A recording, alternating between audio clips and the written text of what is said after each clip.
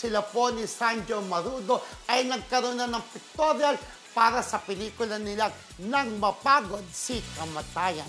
Sa comment section, maraming humiling kay Daniel na magsalta na sa issue, lalo't sirang-sira na raw ang kanyang pangalan. Sirang-sira talaga? Kaya, Kasi naman, di ba? Hindi pa naman sila nag-e-explain, di ba? Hindi tayo na mag-explain. Kasi para once and for all, matapos na talaga.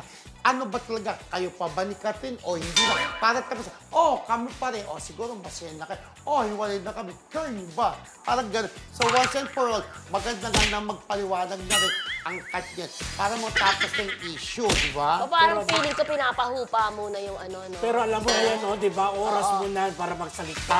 Di ba? Kasi napapagod na rin kami parang something like that. Di ba? Opinion ng mga mga fans. Marunong din daw mapagod ang Katniel, sabi nila. Parang sumusuko na tuloy sila. Hindi, binabase nila sa title ng pelikula ng Mapagod si ano. Mapagod.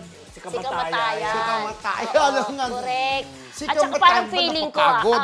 ang stand ko ngayon, parang feeling ko it's about time talaga na ano. Kasi yung mga fans nila, talaga naghihintay Apektado na. Oo, parang naniniwala na sila. Dati, di ba, inaaway nila yung mga sila Papa di ba, inaaway nila.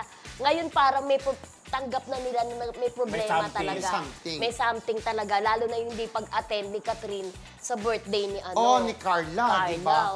Kasi parang imposible na hindi pumunta. Baka isipin na lang, sige, baka may schedule. Sana nga, ganon.